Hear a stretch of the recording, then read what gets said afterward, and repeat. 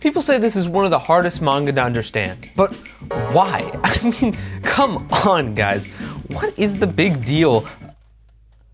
Ah, c'est en français, oui. It's impossible to explain some things in life. Why is there a nation that is forcefully pulling out everyone's hair to become bald? Why did the terms of service lead to me being sacrificed to appease dark beings? And why do I keep getting rejected? Because the author is actually in love with the main love interest of my story. The great questions of life we ask. Many years have passed since these questions have surfaced, but a surefire answer has yet to be found, until now. But to explain how I got to them, I need to take you to the very beginning, to when I found the manga guide to Relativity. Holy shit. It was a subject in school I never cared much for, but I figured if I found this one out, all the rest would come easy. Oh boy. Little did I know what I had in store. Virtual frames of reference, unified space-time, the equivalence principle. All this was sprung up on me before I even read, and if I couldn't figure it out in time, I was starting with being touched. The subject I was never any good at in school was now bouncing around in my head at the speed of light. I was trying to figure out the nooks and crannies of this whole thing, although kept getting beaten by the crazy bipolar physics teacher. Although through this process, I learned all about subjects like stationary space, ether, and the speed of light, with illustrations of fish tanks, spaceships, and Power Rangers. There were explanations behind the science of the speed of light, length contracting and weight increasing with speed, light bending from gravity, centrifugal force. It seemed at this point my days of being a college dropout were over, and I was ready to enter the world of academic success. And so, with learning all the laws that shape our universe and all, I felt prepared to take on the questions manga had to give me. So, let's start. My first target was not a manga in itself, but a phenomena of its production. One of the first steps toward understanding a manga, translation. Holy shit. Translation is a needed process for anyone outside of Japan to understand anything this medium has to offer. Usually this process is quite smooth, although there have been a few slip-ups along the way. The early 2000s, for example, were a pretty iffy time for Americans reading manga. If you've ever read any from then, you might know, but for me, it was GTO. Some of the old Tokyo Pop mangas like these were very hard to understand at times. What does that say? What does that say? Sometimes to the point that the text was so small that I had to use a magnifying glass to understand that shit. Socrates? Around this time, it wasn't any better if you wanted to read it online either. Instead, you would have these blue Google PowerPoint-ass speech bubbles that, not gonna lie, did have a bit of charm to them, but they were really distracting.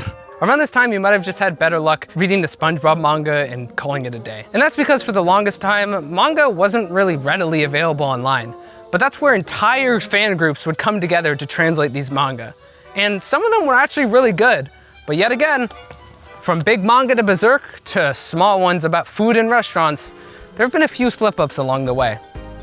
Such as, sword clanking sound. So when I had the news, I was in shock. That's why die is better. Don't be popping a boner on my head. Damn it! Okay, how about a food restaurant manga? I mean, nothing could go wrong here. Let's just take a read on Hi Dozo, because is this dish have an extra sausage, chef? Add sausage also tastes good, but today we don't have sausage, dear guest. But I will give this to replace. It's all ingredients I've never seen before. What did he use to replace sausage? I can't imagine how it tastes. Will it be all right? But the smell of this soup feels so good. Wait a minute. Is this an ancient Chinese? Thank you, mangalegend.com, and all the fan translators out there. Simply beautiful. But now that we can understand manga, we have to choose one. We have to pick one out of the shelf. And there's so many to choose from, so many different names and titles and... I am my wife. Congratulations! Okay, so now that we've picked out our manga, what about understanding the themes and messages of a manga? Arson, head robots, paintings resembling The Scream by Edvard Finch, manga covers in clay, alien girls from outer space, crashing on the freeway. What else could all this be than a metaphor for puberty? Fooly Cooly was a very interesting manga in my repertoire, centering around Naota, a 12-year-old kid that's recently been acting too much like an adult, getting stressed over small things, taking life far too seriously. All until Haruko, an alien girl from outer space, shows him that he actually has an empty brain, and that horn that's growing out of his head now, he's gotta accept it. He's gotta accept the things the way they are. That's the new type way of life. But this means accepting all the changes, welcome and unwelcome, that have come to his life. Whether it be his brother that has left for America, a girl he likes, or the big horn that's now growing out of his head. And to accept with all of that he's still a kid. And later, while going 120 on the freeway, he smiles for the first time in a while.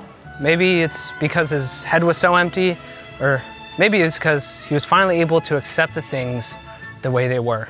But either way, he's able to be the kid he is again. And then they crash off the freeway.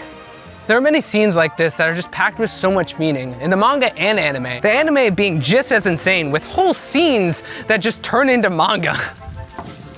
What the fuck? They're kind of hard to understand at face value, but this crazy ass way of storytelling has resonated and helped so many. Fooly Cooly for some means taking that first step into adulthood, to stop overthinking and take chances, and others marrying an older woman.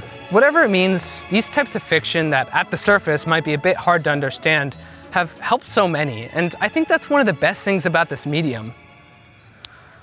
So how about the opposite?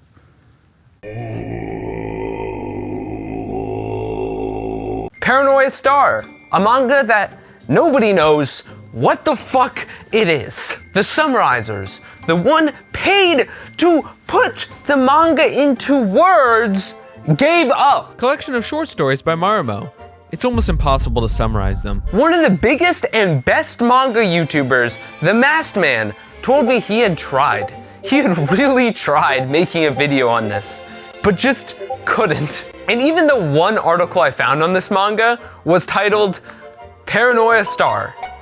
Yeah, nah. It seemed nobody could explain this manga or wanted to. But why? I mean, it's not like it's in Japanese, it's in English. Well, I did some research. So it was a Sunday morning. I cracked open the book and it was not holy. This was not a holy book. This was actually the most evil, demented book I think I have ever read in my life, but not for the reasons you might think, okay? I read a comment online that kind of put this into words perfectly. It is just a lack of goodness. It's the lack of goodness in the coherency department, not knowing what the frick is going on. There's this chapter where they're in China and this guy, he robs this person that has like money or whatever, and then the thing turns into an atom bomb and the guy gets disintegrated, and I'm just here leaving with the question of what am I supposed to do with this? What am I supposed, and that's one of the tame ones. There are a lot of World War II fetish, blood, guts, what have you stuff in this manga, but I couldn't put any of it into words or want to. Because some of the source material would just not be my vibe. But I think that is the one redeeming factor of this entire experience. It's a lack of goodness in every single department, so much so that it's enough to make the average person delirious. There you have it. I cracked the code, guys. I cracked the code to this manga that no one else has. Next manga.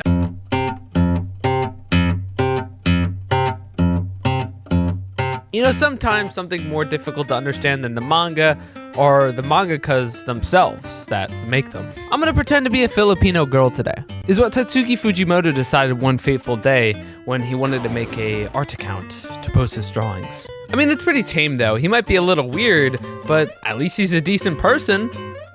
Twice a year I spend time with my grandmother in France. I'm trying to get in her will. Okay, well, at least he's a person.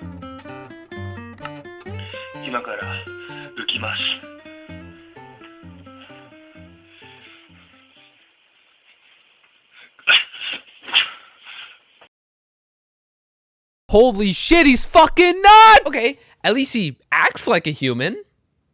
I ate my girlfriend's head goldfish. Fuck! This is Reiji Miyajima, a mangaka that is in love with his own creation. He goes on train rides, coffee dates, and amusement parks with his favorite fictional character that he made, Chizaru Mizuhara, from Rent a Girlfriend. Although all of this is at the cost of his main character, Kazuya Kinoshita, which over the span of 300 chapters has been given hope, rejected, and then led on all over again. This author has made this man spend over $300,000 on a girl, confess over like 15 times, and cry in a pool thinking about his future without this woman. This man, Reggie, will not let this man get this woman. And so after, how many chapters? 400 chapters, pretty much the entirety of like Dragon Ball, I'm pretty sure. We're still having cliffhangers over a phone call. That's how far we are. Oh wait, no, I'm wrong. Actually, they brushed their teeth together for a whole chapter. And just like Kazuya, fans of this series have been led on for over 8 years. But with all that being said, it does feel like the manga actually might be reaching its conclusion. I actually mean that this time. For a while, we pretty much got the same exact chapter over and over again. Someone compliments the girls he's with, Kazuya self-loathes, Mizuhara does something to make him happy. Every time fans of this series think something is finally gonna happen, the author cucks them, but leaves them with just a little bit of ambiguity, just like Mizuhara does with Kazuya. I mean, there's literally a scene where Kazuya gets rejected by Chizuru, and then she kisses him on the way outside the door. Then ghosts him for 3 months. This series is an unhealthy relationship for the characters and the people who read it alike. People have been trying to understand this for years. How does this manga still exist? How is it still running? Why? Why? Nobody can fathom it. But what if someone could? Someone that speaks the language of this mangaka. Someone that is my mom. One sec! My mom that's calling me right now. My mom that speaks French.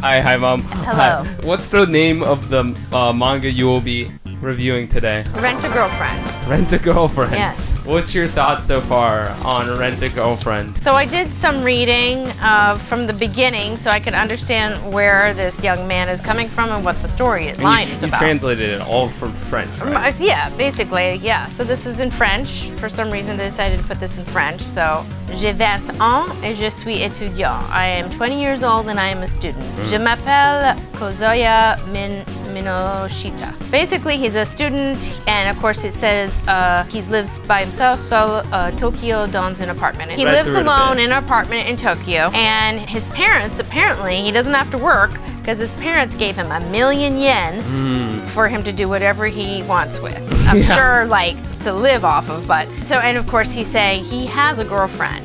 He has a girlfriend, and then it appears in this page right here, that his girlfriend tells him that she is now in love with somebody else. Je suis amoureux de quelqu'un d'autre. I am in love with somebody else.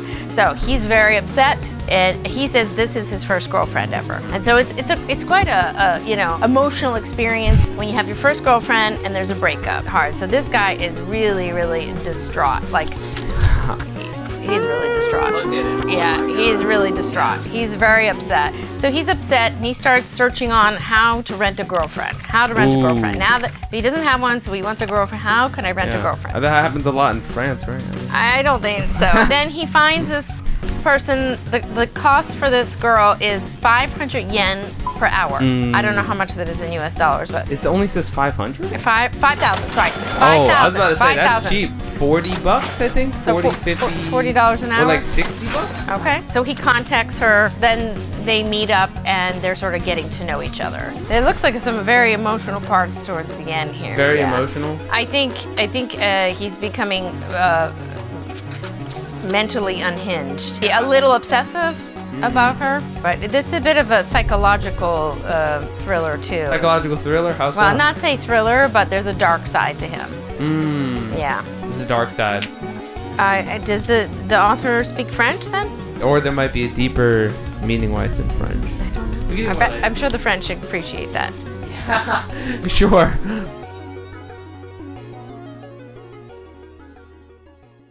So what'd you learn, man? Well, with my degree being a fraud, I wasn't really sure what I got out of this journey. But then I thought about it a bit more, and I had it. There's a lot of things we don't understand in life, despite the confusing, delirious ride it often is. But what if we were never supposed to understand it? And the meaning shines through all the same. In almost all these stories, appear insanity and lack of understanding serve a purpose. And such is the same in life. So, whether a manga is in French, an AP academic subject, or made by a superhuman, there will always be something we can get out of it. Whether it's good or not, well, that's not for me to decide. But there will always be a special place in my heart for manga like these. Thanks for watching.